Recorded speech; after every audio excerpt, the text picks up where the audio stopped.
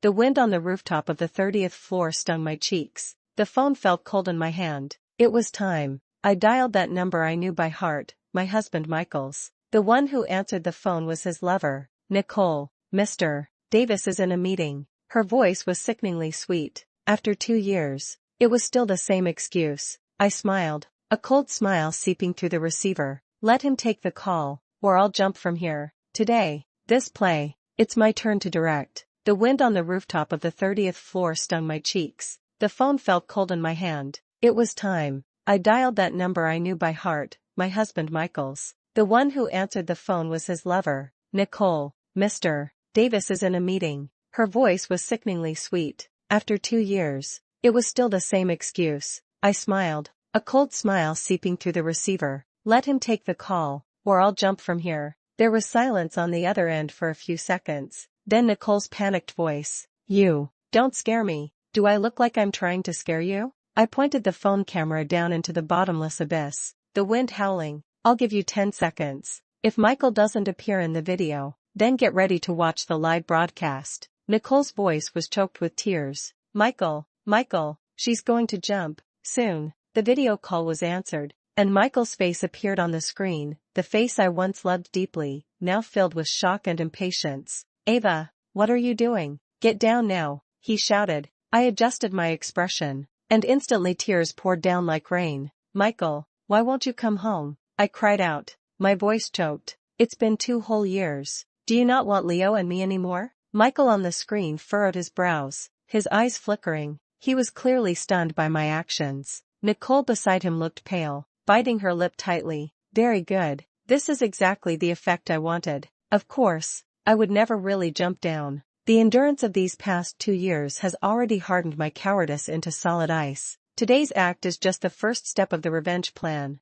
To test the reaction of this despicable couple, let's see how much affection my husband still has left for me. Let's see what kind of face that mistress shows at my life or death moment. Now it seems, they really do care about me. After hanging up the video call, I wiped away my tears and a cold smile curled at the corner of my mouth. The wind was still strong, but my heart was calmer than ever before, even somewhat exhilarated. The emotions suppressed for too long finally found an outlet. I turned around and pressed the elevator button. The grand drama has only just begun. I went downstairs. The sunlight was dazzling. I took a deep breath, hailed a car, and headed straight to my mother Helen's house. It was my mother who opened the door, and when she saw me, her eyes immediately reddened. Ava, you. She hesitated, then finally just held me tightly. Over these past 2 years, my suffering was seen by my mother and felt deeply in her heart. Mom, I'm fine. I patted her back. I've made up my mind. I can't go on like this anymore. Under my mother's worried gaze, I laid out my plan in full. Step 1. Make him sick to his stomach. I said calmly, didn't he make things hard for me? Then no one should have it easy. After listening, my mother was silent for a moment, then nodded firmly. Good. Mom supports you. What kind of a thing is this Michael Davis? Mother and daughter were instantly on the same page. That afternoon, my mother and I stormed into the most upscale department store. I took out the supplementary card Michael gave me, a card I hadn't really used in 2 years. Today, I am going to make it reach its greatest value. Clothes, bags, jewelry, skincare products, only picking the expensive ones to buy. Swipe the card, sign, all done in one go. Watching the consumption notification messages keep coming in, I felt extremely satisfied. I just want to make him feel the pain in his wallet. Sure enough, it wasn't long before Nicole's WhatsApp message arrived. Ava, are you crazy? Why did you buy so many groceries? She probably thinks I only use this card to buy groceries. I chuckled softly and replied to her, oh, I'm in a good mood, so I bought some things I like. After all, it's Michael's money, might as well spend it. Nicole didn't reply anymore, probably quite upset. Soon after, a message from Michael arrived. Ava, what exactly do you want? Let's talk about the divorce. Divorce? I sneered coldly. No divorce. I replied decisively. You scared me today. I need to calm down. Buy me a Hermes Birkin bag, crocodile leather, and have it delivered to my home. Michael was silent on the other end. I know he is weighing his options. He is afraid that if I cause a scene again, it will affect his reputation and the image of Apex Group. The next day, that expensive Hermes bag indeed arrived. The packaging was exquisite. and the shine of the crocodile leather was dazzling. I didn't even open the box. I directly contacted a reputable luxury consignment platform, took photos, uploaded them, set a price. Soon, the bag was bought by a wealthy woman. The tens of thousands of dollars I received, I immediately transferred to my mother Helen's bank card. This is just the beginning. I will take back what belongs to me, principal and interest included. I will also prepare financially to fight for custody of my son Leo in the future. In the evening, Leo came home from school. Looking at my son's innocent face, a wave of sadness welled up in my heart. "Mom, will Dad come back today?" he asked softly. I crouched down and gently stroked his head. "Dad is very busy with work. He's working hard outside to earn money so Leo can have a good life. I can't let the child know about his father's sordid affairs just yet. I need to maintain Michael's image as a good father in Leo's heart, which is crucial for the future custody battle. I must endure and play the role of a good wife and loving mother." After putting Leo to sleep, I sent Michael a message on WhatsApp. "Good night." I know, he must be lying with Nicole right now. This goodnight message was sent to the two of them. Ironic? The irony gets even worse later on. A few minutes later, the phone vibrated.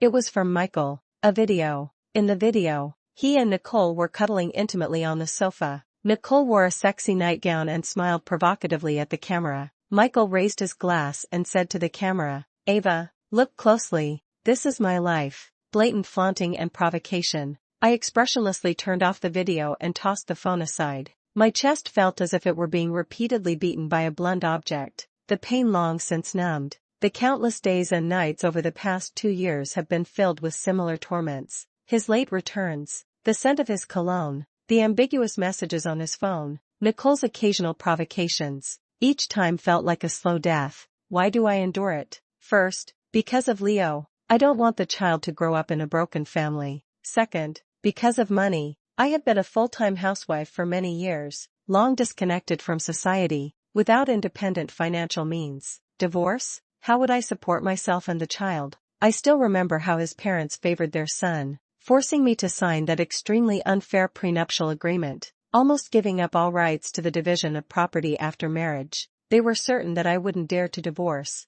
that I was inseparable from the wealth of the Davis family. Yes, I once didn't dare, but endurance does not bring peace. It only makes the other party more ruthless. Even a rabbit will bite when it is desperate. I am no longer the submissive Eva I used to be. I have been waiting for the right moment, gathering evidence, preparing to strike back. Now, the time has come. This is where a paywall can be set. For example, revealing the true reason behind the heroine's endurance and the humiliation of being forced to sign an unequal agreement, as well as the initial outline of her secret plan, sparking readers' anticipation for the subsequent counterattack. A few days later, Michael unexpectedly came home. He looked somewhat tired, but still carried that haughty demeanor. As usual, I stepped forward to take his coat and handed him his slippers. "You're back? Tired? What do you want for dinner?" I asked gently, my eyes filled with just the right amount of concern. He was momentarily stunned, seemingly unaccustomed to my docility. "Anything,"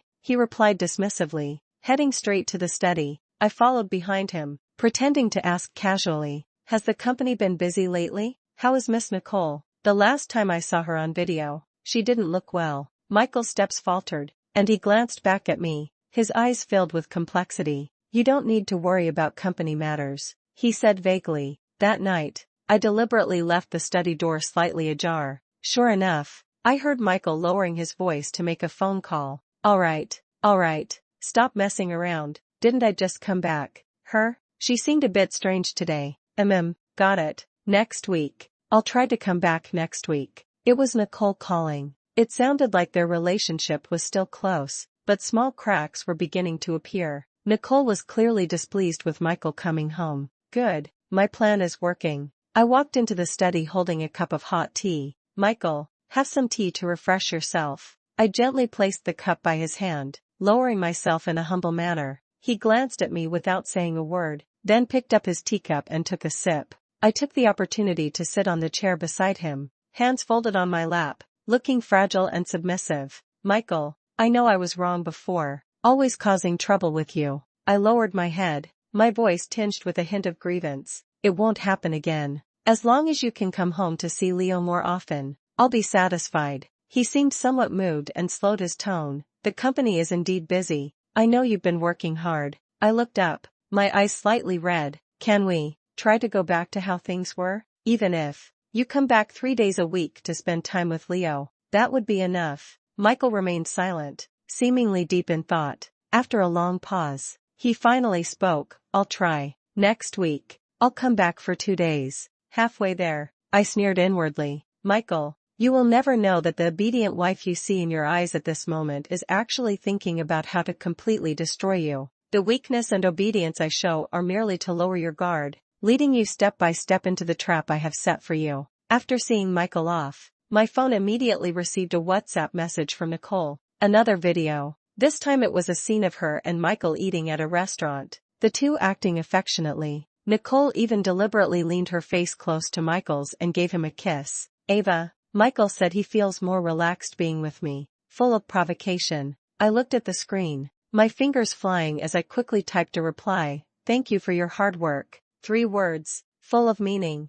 Nicole probably didn't expect me to reply like this. There was no response for a long time. I turned off my phone and stopped paying attention. Love? It died the moment Michael cheated 2 years ago. Everything I do now is not to win him back, but for Leo, for myself, to take back what rightfully belongs to me and my son, to become stronger. I enrolled in a taekwondo class. Every punch, every kick, felt like releasing years of pent-up resentment. Sweat soaked through my dobok, my body exhausted, yet my heart felt an unprecedented strength. I was no longer the delicate flower who could only rely on men. I have to stand up on my own. A week later, Michael returned as promised for 2 days. At night, I walked into the bedroom carrying a cup of warm milk. Michael, have some milk. It helps with sleep. I handed him the milk. He took it, looked at me, his eyes somewhat probing. I pretended not to see, sat on the edge of the bed, and casually mentioned, Michael, my parents are getting old.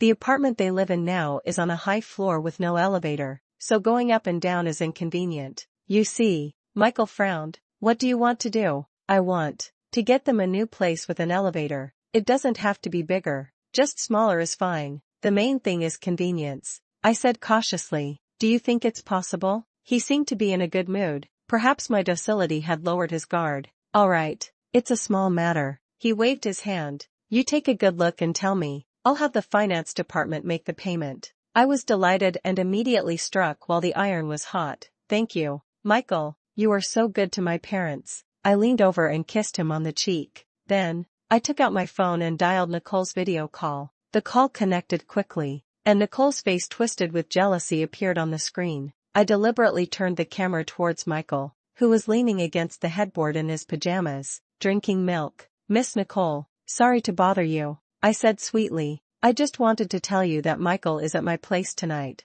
Oh, and he even promised to buy a new house for my parents. After saying that, without waiting for Nicole to react, I hung up the phone immediately. One can imagine how furious Nicole must have been on the other end of the line. I just wanted her to know who the real Mrs. Davis is. I wanted the rift between her and Michael to grow deeper and deeper. After hanging up, I immediately began investigating Nicole's family background. Know yourself and know your enemy, and you will never be defeated. I need to find her weaknesses to prepare for the subsequent plan. At the same time, I contacted the private detective I had previously scouted. Help me check all of Michael Davis's bank transfer records from the past 2 years, especially transfers to someone named Nicole Smith. I want to obtain irrefutable evidence of his affair, particularly financial proof. A few days later, dressed appropriately and carrying several boxes of exquisite coffee and cakes, I went to the Apex Group. The receptionist was somewhat surprised to see me but still respectfully led me to Michael's office. Nicole,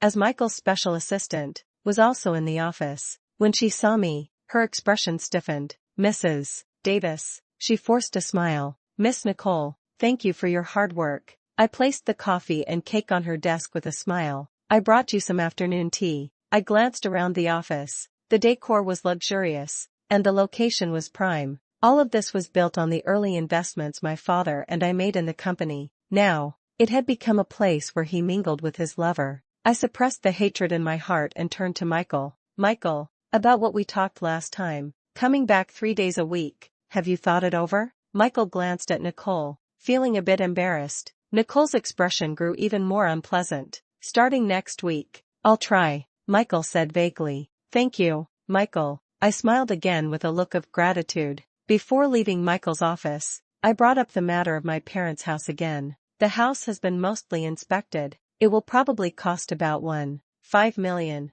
I quoted a figure far exceeding the actual need. Michael frowned, but in front of Nicole, he didn't want to appear stingy. Got it. He picked up the internal phone. Finance department? Prepare $1.5 million. Transfer it to my wife's designated account this afternoon. I sneered coldly in my heart, but on the surface, I was full of gratitude. When I left Apex Group, I sent Nicole a message. Michael is really generous, buying a house for my parents without even blinking. Unlike some people who only know how to spend a man's money, I put away my phone, a mocking smile curling at the corner of my lips. Nicole, this is just the beginning. A few days later, Michael came home again. I cooked his favorite dishes according to his taste. The house was arranged warmly, as if we were still that loving family. Leo happily rushed over when he saw his father come back. I watched the father and son, my heart filled with mixed emotions. All of this was for Leo. After dinner, I made a cup of tea for Michael and took it to his study. He sat in the chair, handling work. I walked over and gently kissed his cheek. Thank you for your hard work, I said, my tone so gentle even I almost believed it. Michael looked up at me, his eyes filled with a complex expression. He probably didn't expect me to act like this. While he was stunned, I took out my phone, opened WhatsApp, and sent Nicole a message. Just kissed Michael. He blushed. Then, I put away my phone, smiled at him, and said, you go ahead and work. I'll go check on Leo doing his homework. I turned around and walked out of the study, feeling incredibly relieved. At night, after Michael had fallen asleep, I quietly took out my phone. I took a photo of him sleeping. Then, I sent it to Nicole. He slept. 3 words, accompanied by a photo. Claiming sovereignty? No. It was to tell her that even if he returns to you, he cannot escape my control. Early the next morning, I got up early and prepared a hearty breakfast for Michael and Leo. Fried eggs, bacon, milk, fruit. Michael looked at the breakfast on the table, seemingly moved. Ava, you, eat quickly, it will get cold soon. I interrupted him and served him a bowl of porridge. I play the role of a flawless wife and mother. While having breakfast, I casually mentioned, Michael, Leo is slowly growing up too, and the future education expenses will definitely be considerable. I was thinking, why not prepare an education fund for him in advance? Michael paused for a moment while drinking his porridge. How much do you need? He asked. Transfer $1 million to my account first. I'll find a secure financial product to deposit it in, I said calmly. $1 million US. For Michael, it wasn't a small amount, but it wasn't enough to break the bank either. Moreover, it was under the banner of children's education. He hesitated for a moment, but in the end, he nodded. All right, I'll have the finance department transfer it to you shortly. The money arrived quickly. I immediately transferred the money to my mother's account. This is the fallback I prepared for Leo and myself. With this money, I feel more confident. Just when I thought everything was going according to plan, the unexpected happened. Nicole, she actually started playing the drama of threatening to jump off a building. Someone posted a video in the WhatsApp group. Nicole stood on the windowsill of a tall building, crying and accusing Michael of deceiving her, promising to buy her a new house but breaking his word. I watched the video, feeling a heavy weight in my heart. This Nicole is even more foolish and harder to control than I imagined. If she causes trouble, and something really happens, my revenge plan could be disrupted. Or worse, if she dies, Michael might divorce me to distance himself, and all the groundwork I laid before would be for nothing. I immediately rushed to the location shown in the video. It was Nicole's apartment building. The area downstairs was already crowded with people, and police cars and fire trucks had arrived. I rushed upstairs, heading straight to the floor where Nicole was. The door was open, and Nicole stood on the windowsill with her hair disheveled, half of her body already leaning out. Michael was also there, anxiously urging her. I rushed forward and held Nicole tightly, regardless of everything. Nicole, don't be foolish. I held her firmly and pulled her back. Of course, I didn't really want to save her. I just can't let her die now. At least not because of Michael. I dragged Nicola back to the room. She collapsed to the floor, crying hoarsely. Michael rushed over, trying to help her up. I looked at him coldly, my tone laced with sarcasm. Michael, I didn't expect you to have this kind of skill. I looked at him, forcing a woman to jump off a building. I think I've done that once too.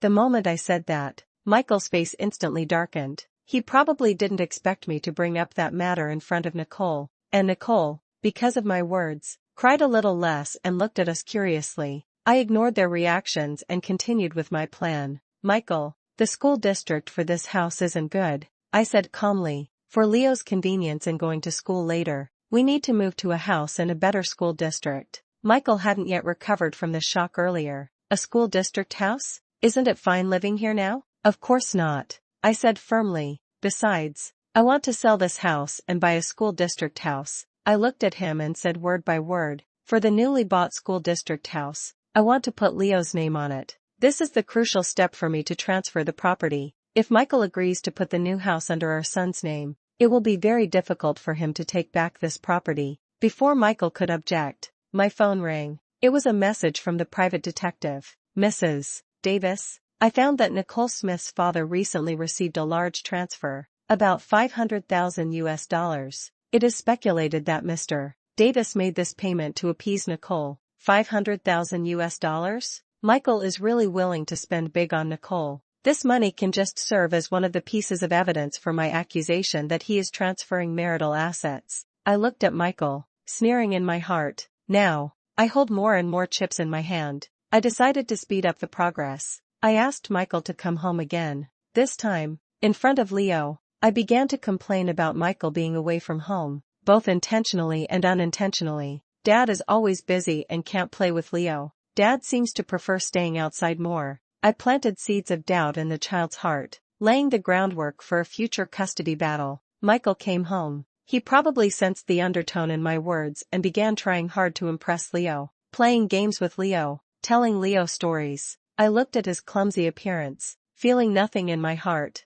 While he wasn't paying attention, I secretly took his phone. I know his unlock password. I quickly opened the bank app and found the transfer records between him and Nicole, took screenshots and saved them. Then, using these transfer records, I transferred a total of $1.5 million from Michael's account in 2 transactions. This money, combined with the money from selling the bag and the education fund, is enough to support me for a while. The next day, Michael received a spending alert from the bank. He rushed into the bedroom and confronted me. Ava, what's going on? My card was fraudulently charged? I lay on the bed, looking completely innocent. Fraudulent charge? I blinked. No, not at all. Oh, you mean that $1.5 million? I bought some things. Buying things? What could you possibly buy that costs $1.5 million? He shouted. I sat up, looked at him, my eyes slightly red. You haven't come home for 2 years, and it hurts me inside. What's wrong with buying some things? I choked on my words. All these years, how much have I sacrificed for this family? For Leo? Now that you have another woman, you even want to argue over this little money? I took feeling wronged and emotional blackmail to the extreme. Michael was somewhat bewildered by my tears and accusations. He probably thought that spending some money on luxury goods was easier to accept than me jumping off a building. Just then, the doorbell rang. I opened the door, and Nicole was standing there. She held a pregnancy test report in her hand, her face pale, but her eyes carried a hint of pride. Ava, I'm going to marry Michael. She handed me the pregnancy test report. I'm pregnant. It's Michael's child. I took the pregnancy test report, outwardly calm, but inside a storm was raging. Pregnant? I looked at the date on the pregnancy test report, then glanced at Nicole's belly again. I had long suspected that she was pregnant, but I kept waiting for the paternity test report that the private detective obtained. I placed the pregnancy test report on the table, looking at Nicole and Michael. Michael was clearly caught off guard by Nicole's sudden appearance and the pregnancy test report. He probably didn't expect Nicole to come straight to his door. I took a deep breath, feeling that the time had come. I looked at Michael, my tone as calm as if I were talking about something trivial. Michael Davis. I called his full name. Let's get a divorce. Michael and Nicole were both stunned. They probably thought I would still cry, throw tantrums, and endure silently like before. Divorce? Michael reacted. Didn't we say no divorce? We said no before, but now I want a divorce. I walked up to him, looking straight into his eyes. Besides the divorce, I also want to divide the shares of Apex Group. My voice was not loud, yet it exploded like thunder in their ears. Michael's face changed drastically. Shares? Ava, what kind of joke are you playing? I'm not joking, I said coldly. Apex Group is the result of the hard work my father and I invested early on. As his wife, I have the right to claim a share of the marital property. I took out the transfer records between Michael and Nicole given to me by a private detective, along with some other evidence. Over the years, the assets you transferred to Nicole, I will also recover. I looked at Nicole, including the child in your womb. I will demand a paternity test. If it's not Michael's, you are suspected of fraud. Michael panicked. He stepped forward to grab me, but I dodged. Ava, don't do this. Let's talk it over. He tried to soften his tone. There's nothing left to talk about. I took out the divorce agreement and the lawsuit I had prepared long ago. I don't want to split the company shares anymore. Michael and Nicole both breathed a sigh of relief, but my next words plunged them back into an ice cellar. I don't want shares. I want you to pay me and Leo's child support in a lump sum until Leo turns 18. I sneered. Besides, I will sue Nicole to recover all the property you transferred to her, including the money her father received. I pointed to the pregnancy check report in Nicole's hand. As for this child, we'll talk after the paternity test results come out. My lawsuit and evidence exploded like a time bomb in Michael's business and social circles. Michael's relatives, friends, and partners of the Apex Group all received evidence of his infidelity and asset transfers. His reputation plummeted. On Nicole's side, because of the transfer records and evidence I provided, the court initiated enforcement to recover the assets Michael transferred to her. Michael was completely panicked. He came to my house, knelt before me, and begged me desperately to withdraw the lawsuit. Ava, I was wrong. I really was wrong. Please withdraw the lawsuit. Apex Group can't do without me, he cried, completely losing his usual arrogance. I looked at his miserable state without feeling any emotion, only endless hatred. I stood up, looking down on him from above. Michael Davis, do you think I can forgive you just because you kneel? I sneered. 2 years of torment. Do you think a simple sorry can make up for it? I raised my leg and executed a beautiful shoulder throw, slamming him hard onto the ground. This is a move I have practiced for a long time at the Taekwondo gym. You are just trash. I pointed at him, scolding him word by word, not knowing how to cherish. You deserve to lose everything. The court verdict has been delivered. Nicole countersued Michael for rape, but due to insufficient evidence, the case was not filed. I divorced Michael, giving up the lump sum alimony and instead chose to divide the shares of Apex Group. I became one of the major shareholders of Apex Group. Although Michael is still the CEO, he lost absolute decision-making power. I hired professional managers to run the company, limiting Michael's authority. Life after the divorce is unprecedentedly relaxed. I have a solid financial foundation, custody of Leo, and have freed myself from that suffocating marriage. I spend more time accompanying Leo and my parents. We moved into a new school district house, with the property registered under Leo's name. I have rediscovered myself. In my horseback riding class, I met a sunny and handsome male instructor. He taught me how to ride and let me experience the freedom of galloping. The way he looks at me is completely different from Michael's. I know that my life is opening a new chapter. Standing by the window, looking at the scenery outside, I am no longer the Ava who cried hiding in the shadows. I am Ava Davis, a woman reborn from the ashes. Everything from the past has become the driving force for my progress. The future is filled with infinite possibilities.